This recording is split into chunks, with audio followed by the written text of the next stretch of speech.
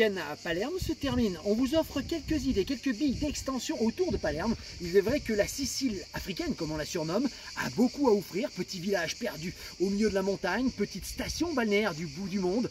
C'est une Sicile un petit peu plus authentique, très touristique l'été, mais si vous venez hors saison, je pense que les quelques infos, bons plans, bonnes adresses qu'on va vous donner vous serviront à préparer un séjour aux petits oignons sur la superbe île de Sicile, autour de Palerme.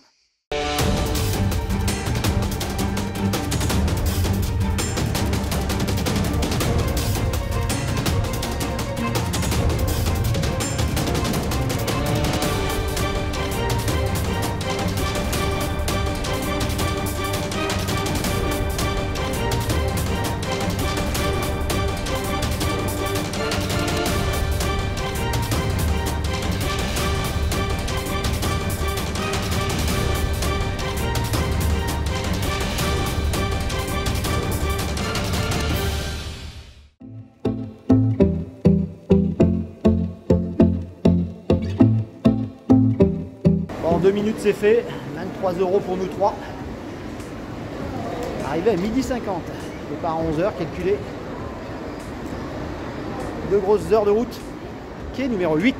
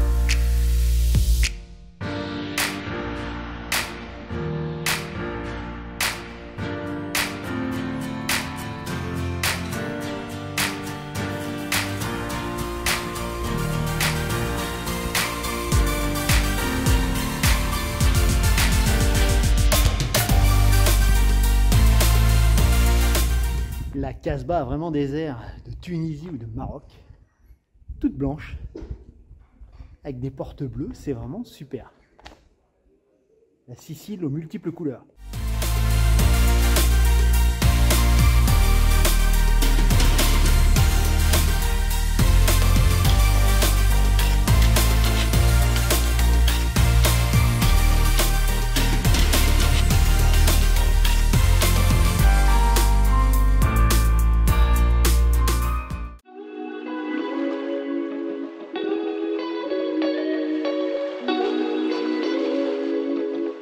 Au mois d'août, sans résa, à part les 2 premières nuits à Palerme, jouable. Bah écoutez, on l'a fait, hein, les fous.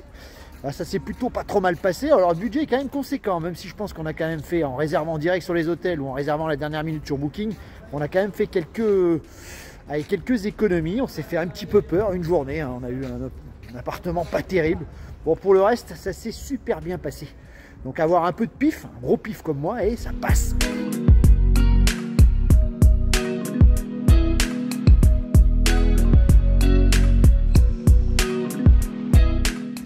Allez, je suis avec Salvo, Otto, Albert. C'est avec eux qu'on va prendre la petite titine, mais on peut prendre des beaucoup plus grosses. Je vous mets là-haut le numéro WhatsApp. Franchement, les gars, sont assez... on a téléphoné ce matin, on a pu prendre une voiture très vite. Thank you, my friend. Grazie mille. La petite voiture ou la grosse, il vous fera un très bon prix. C'est 50 € la journée. D'accord, du matin jusqu'au soir. Voilà. Et ça se passe plutôt pas mal. 200 de caution. Eh ouais, c'est bien ça.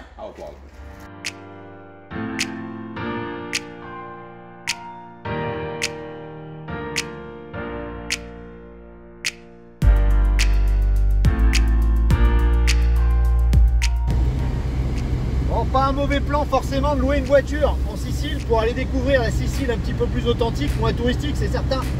Alors, comme nous, s'y prendre à la dernière minute, c'est possible, mais on se retrouve pas avec les voitures du premier choix. Et tant que ça roule, allez! Autoroute gratuite, limitation à 100, attention, au radar, si on n'a pas croisé beaucoup de gendarmes pour l'instant.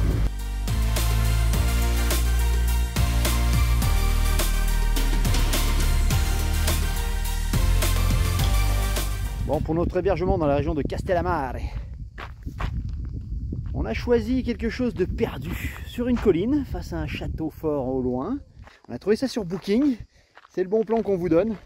Très franchement, on est à 2 pas de la mer. On est allé se baigner hier. Un petit quart d'heure de voiture. On est à une grosse demi-heure de Scopello et de toutes les stations. Un petit peu moins de Castellmare. Donc franchement, si vous avez quelque chose à trouver, on vous conseille ce petit coin. Regardez-moi ça, on est au milieu de nulle part.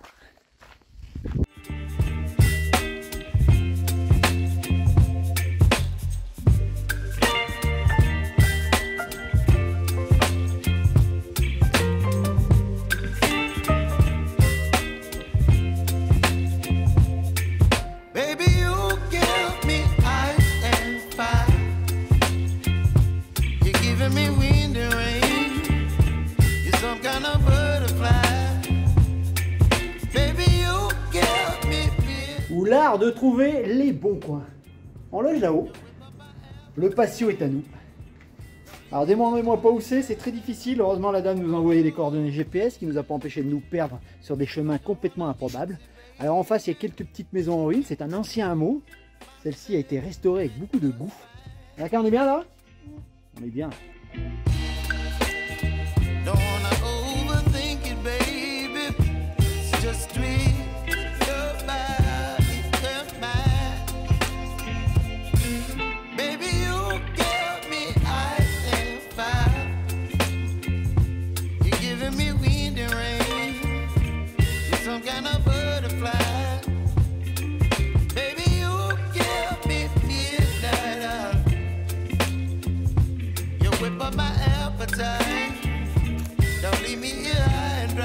Bon, à 2 pas de notre petite homestay au milieu des oliviers, une latifundia, vous savez, ces grandes fermes collectives typiques de l'Italie, je ne sais pas comment on les appelle en Sicile, mais elles ont de la gueule, elle est fermée c'est vrai, mais regardez-moi ça la façade, ça me rappelle furieusement le Guépard, vous savez, avec Alain Delon, ouais.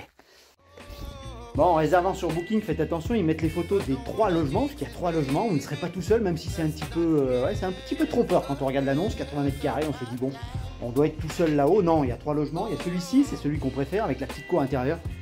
On ferme la porte, on est comme chez soi, il y a une vieille petite cuisine là, pour faire un petit peu sa bouffe, la chambre est là-haut pour 3. C'est vraiment nickel, on se sent vraiment chez soi. Il y en a une autre à côté. La maison est un peu plus belle, mais c'est vrai qu'il n'y a pas vraiment de cour, même s'ils peuvent avoir accès à la piscine. Une autre, beaucoup plus loin, beaucoup plus grande. Hein, on négocie en direct, une centaine d'euros. On est en saison, je pense qu'on peut avoir bien moins cher hors saison, mais bon, c'est comme ça. On a pris la première chambre sur Booking, d'accord, pour éviter d'avoir à faire une avance d'argent. Et on a pris la seconde nuit directement avec eux.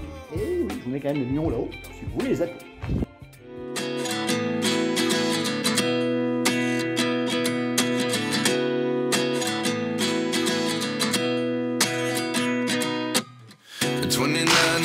Myself wondering what did happen to the last 10. I ran away with my life, fast forward, never turn back again. It's kind of funny that the more we pass time, the more we need to set them rewind. Bon Scopello, c'est vraiment très joli, mais alors évitez absolument en été.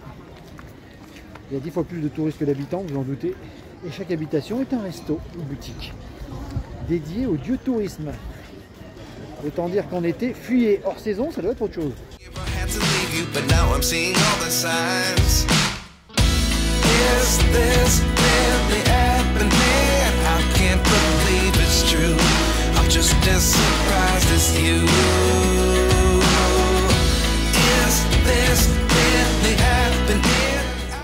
Bon, l'endroit fait également hôtel.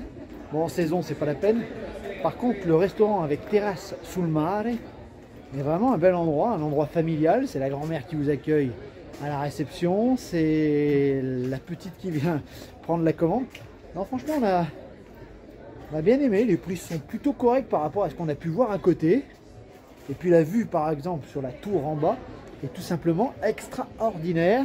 On n'a pas réservé. Et on a eu de la place. Donc ça, c'est bon. You gave me the soul I have today. Without you I never could have moved away. But now I see what you teach. I do believe I always should have stayed. Yeah. Is this really happening? I can't believe it's true. just as surprised as you. Is this really happening? I get Alors la propriétaire des lieux, Simone, nous a fait alors des appartements de folie. Il y a le ficus où on loge, c'est la petite ferme avec la petite cour intérieure. Passe à coller, baillon. Alors le baillon c'est ça. Alors là c'est carrément autre chose, c'est carrément pour 3 ou 4. Enfin je vous mets là-haut son numéro de WhatsApp quand elle est là en direct. Si franchement vous n'arrivez pas à la voir, vous passez par Booking. Mais autant passer en direct avec Simone, hein, franchement vous aurez des appartements de folie. Celui-ci est merveilleux. Ah, nous on a logé à côté un petit peu. Bon, c'est la partie on va dire commune des paysans qui travaillaient pour la grande latifonda qui était à côté, la grande ferme hein, de la noblesse. Hein, je vous en ai parlé tout à l'heure. Donc oui, franchement c'est la bonne adresse qu'on a trouvée hein, dans la région de Castelmar. Franchement c'est sublime. life changes, just open the door. One thing's certain, I'll always be yours.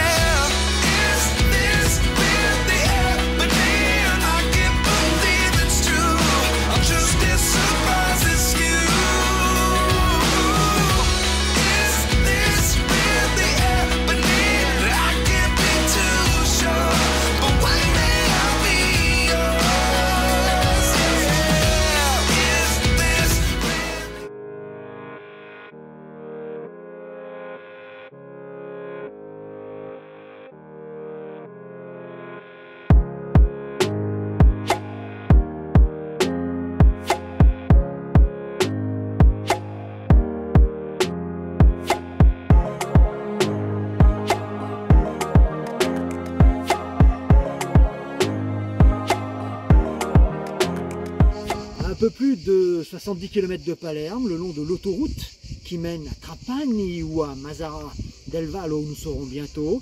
Un temple majestueux domine la vallée, un amour de temple du 5e siècle avant Jésus-Christ, un temple dorique, avec une histoire assez incroyable. Il est d'architecture grecque, mais fondé par un peuple mystérieux.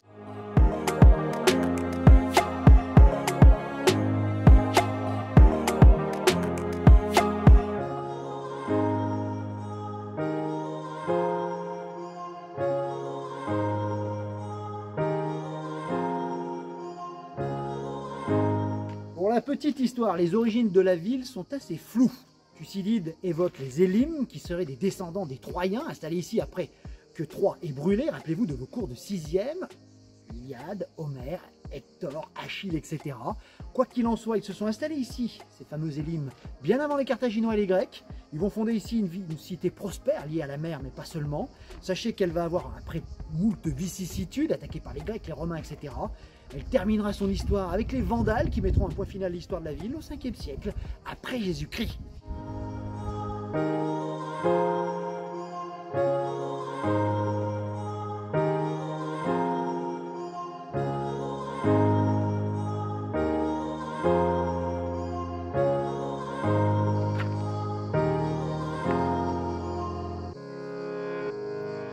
Bon, question pratique, quand visiter le site? Le matin de bonne heure à 9 h à l'ouverture, ça me paraît une bonne idée. Ça nous laisse le temps de monter jusqu'au théâtre, même s'il commence à faire chaud, et de faire ensuite le temple. Même si le temps que vous montiez au théâtre et que vous redescendiez, il risque d'y avoir du monde déjà. Ou alors comme nous, hein, visiter, on est arrivé à 18 h, juste avant 18 h, pour pouvoir pénétrer à l'intérieur. Et de se retrouver à 19 h, on a attendu quand même un petit peu, il y avait des groupes qui descendaient du théâtre et qui visitaient le temple. De se retrouver quasiment seul à l'intérieur, et ça c'est bon. Attention, revers de la médaille, 18 h, on ne peut plus monter au théâtre, il est fermé. On ne peut pas tout avoir, hein. Donc à vous de voir. C'est sûr que ça n'a pas peut-être la grandeur et la beauté des temples, de certains temples grecs, ou même de Paestum, hein, à côté de Naples. Mais à au coucher du soleil, il y a quand même une belle ambiance et l'histoire ici respire. On sent les Élymes, les Troyens, les Grecs, les Carthaginois, j'en passe, et les meilleurs.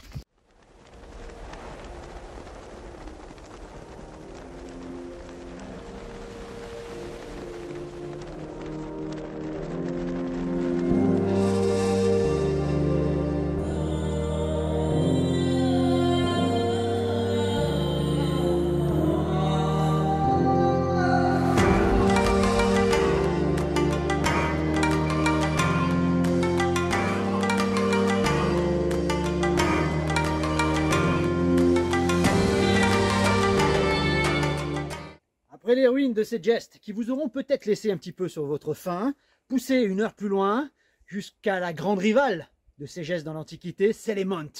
Un charme fou, un site, une acropole qui donne sur la mer, entouré par 2 rivières autrefois, hein. C'était ces 2 ports d'embarquement. Il faut savoir que ce site est sans doute l'un des plus grands d'Italie, le plus grand de Sicile, l'un des plus emblématiques de cette île. Il serait dommage de passer à côté et de ne pas venir faire un saut, c'est le moins qu'on puisse dire, sur ce site, que dis-je, ces 3 sites archéologiques, parmi les plus beaux du monde. Même si c'est très ruiné, ça a un charme absolu, en tout cas moi qui aime les vieilles pierres, j'adore Selimont.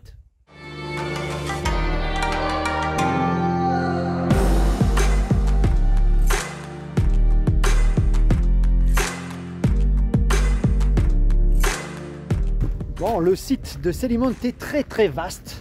Sachez qu'il y a 3 sites en un. Celui E où nous sommes ici, la colline E, en tout cas la zone E, avec le temple des rats derrière moi. D'autres temples complètement en ruine, qu'on dirait poussés par des géants. Vous avez surtout l'acropole qui domine la mer, qui est peut-être le quartier le plus intéressant. Plus un autre qu'on ne fera pas forcément aujourd'hui. Sachez qu'il vous faudra bien 2-3 heures, surtout si vous comptez les faire à pied comme moi. Ça fait 5-6 km quand même. Ah, sinon, il y a des petites voiturettes qui vous permettent de rejoindre le site. Il faut mettre la main à la poche évidemment. Je vous rappelle que nous avons payé 8 € l'entrée, hein, et que nous avons mis quoi depuis Mazara.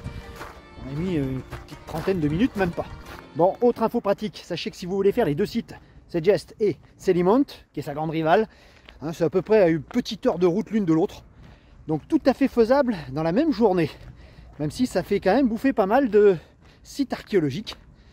Alors ça s'avoue qu'ici c'est gigantesque, rien à voir évidemment avec Segest, où on visite juste le temple et le théâtre quand on peut.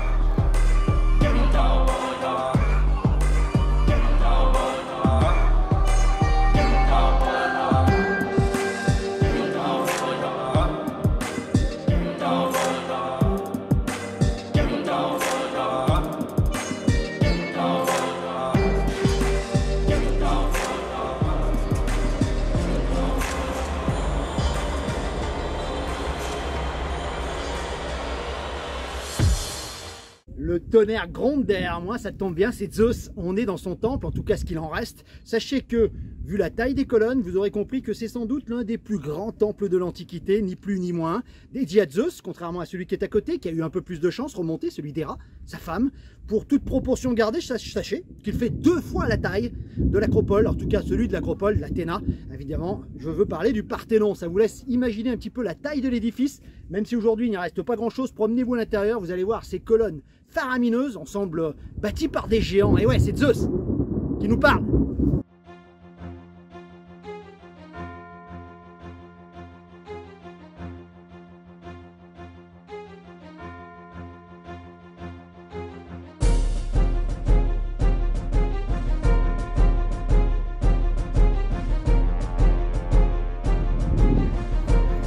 Bon, on va rejoindre l'acropole en face, il y a plein de petits sentiers qui partent.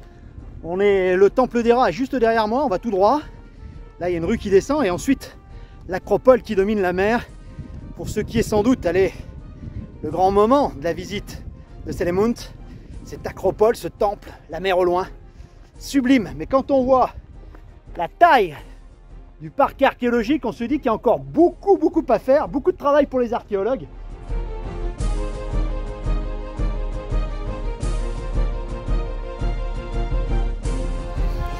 Bon, il faut le savoir, monter sur la route, alors c'est pas la route asphaltée qui est très touristique de l'autre côté où il y a les petites bagnoles, c'est une route qui monte tout droit, on est en face quasiment du temple des rats, on va tout en face là-haut et là on a une entrée un petit peu plus mystérieuse, une entrée un petit peu moins touristique.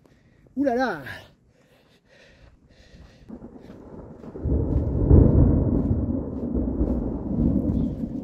Wouhou, ça tonne sec! D'accord, il n'y a plus, il y a quelques minutes là, pour l'instant je suis au sec. Bon, je disais, ouais, c'est une entrée un petit peu plus sympa, beaucoup moins touristique. Ah, on se croirait à l'aventure, il n'y a personne évidemment sur ce sentier. Assez facile de se repérer, hein, le temple des rats, tout droit. Vous montez sur la colline, il y a un chemin qui part sur le côté à gauche. On le suit, on va pas tarder à arriver, sans doute, ce qui était la muraille de l'acropole.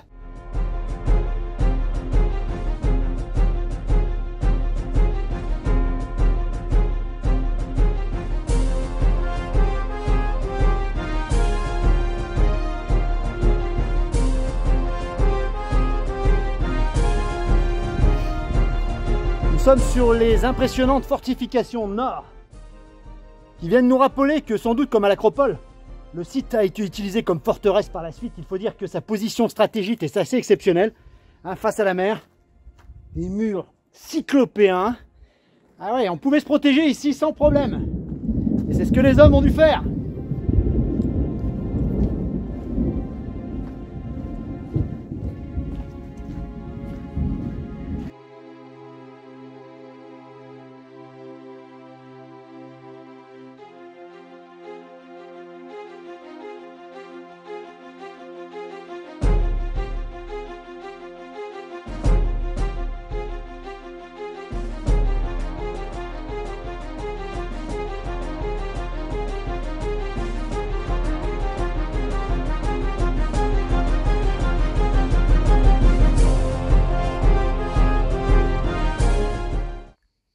L'histoire de Sélénonte est faite de gloire et de sang, de destruction aussi. Sachez que la ville a été fondée au 7e siècle avant Jésus-Christ, sur le commerce du blé et ses terres fertiles qui l'entourent évidemment, avec ses 2 fleuves qui devaient lui apporter une grande prospérité. Commerçante évidemment, au sein de la Grande Grèce, c'est comme ça qu'on appelait tout le sud de l'Italie autrefois. Elle est d'une prospérité incroyable au point que Carthage en prend ombrage et que la ville va lui faire la guerre en 409 avant Jésus-Christ. Carthage assiège la ville, massacre ses habitants, la détruit complètement. Le reste des habitants terminera en esclavage. Sélinonte n'est plus. Elle aura beau être reconstruite, jamais elle ne retrouvera son prestige d'antan, d'accord, et les séismes à répétition viendront achever et réduire Sélinonte en ruines. Et c'est ces ruines qu'on visite aujourd'hui, elles ont un charme fou.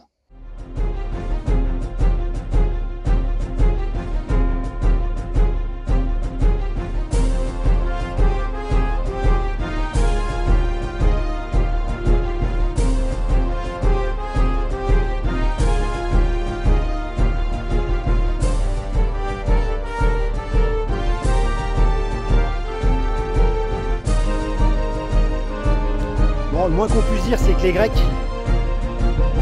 avaient quand même le chic pour trouver des emplacements extraordinaires pour leur temple.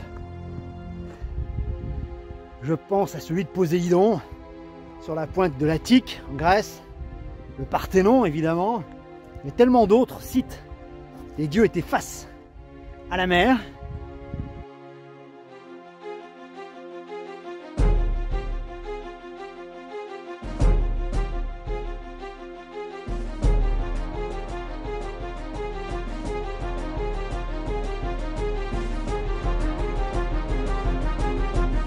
On retrouve sur l'Acropole et sur le temple R, comme ils l'appellent, le même phénomène de destruction, de colonnes tombées.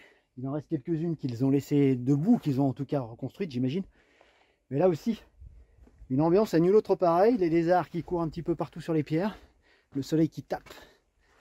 C'est vraiment sublime.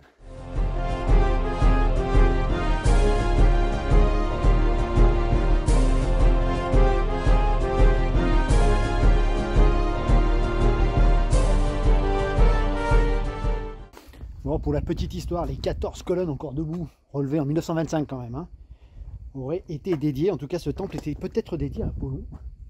Apollon, dieu de la musique et des arts. En tout cas, il a de la gueule.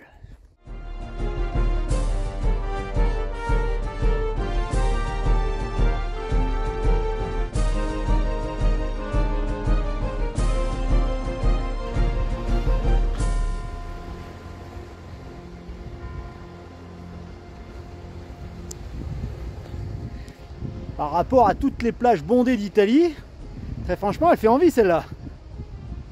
En plus, on se baigne au pied des temples, même s'il y a une barrière évidemment pour empêcher les gens de monter.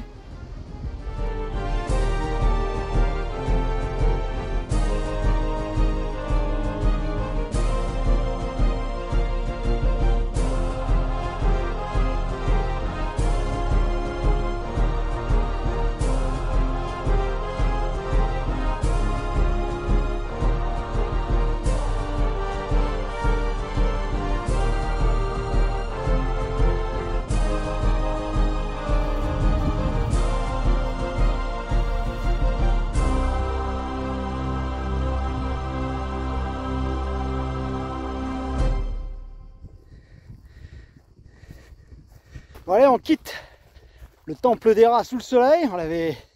En arrivant, il y avait de l'orage. C'était pas très clair. On n'a pas eu le temps de faire tout le site, hein. Je l'ai fait en courant. Comme je vous l'ai dit, je dois rendre la voiture tout à l'heure, la voiture de location. Donc j'ai fait ça un petit peu en courant. 2 heures n'ont pas suffi à tout voir. J'ai vu l'acropole et temple des rats, temple de Zeus, etc. J'aurai pas le temps de voir la 3e aire et le musée. Bon bah tant pis, hein. Mais en tout cas c'est un site qui va forcément vous prendre au moins la demi-journée. Prévoyez ça. Je vous l'ai dit, l'idéal ça serait, si j'avais su on l'aurait fait, c'est de le coupler avec la plage, les plages qui sont de part et d'autre du site, qui sont pas mal, et qui permettent d'allier à la fois la culture, la découverte et l'histoire, et la baignade, le farniente et la Méditerranée. Ça c'est bon ça.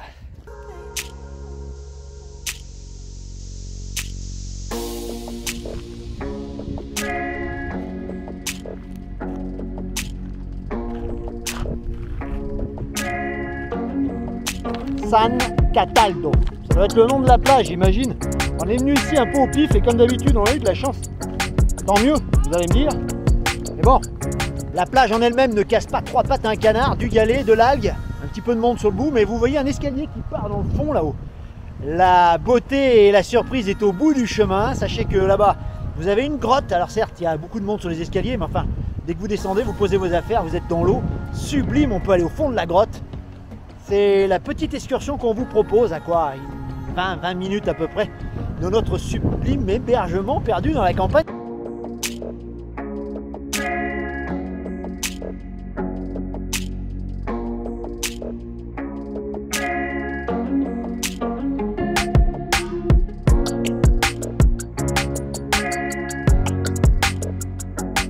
Ah, des grottes comme on les rêve. Juste là, regardez-moi ça. Bravo ça. Il y a 2 minutes on était sur les rochers en bas. Très franchement on a trouvé le bon spot. Alors il y a un peu de monde c'est vrai, mais dès qu'on est dans l'eau ou sur les rochers en bas, et surtout on peut aller dans la grotte tout en dessous, une sorte de plage avec un acca. On s'est fait très plaisir.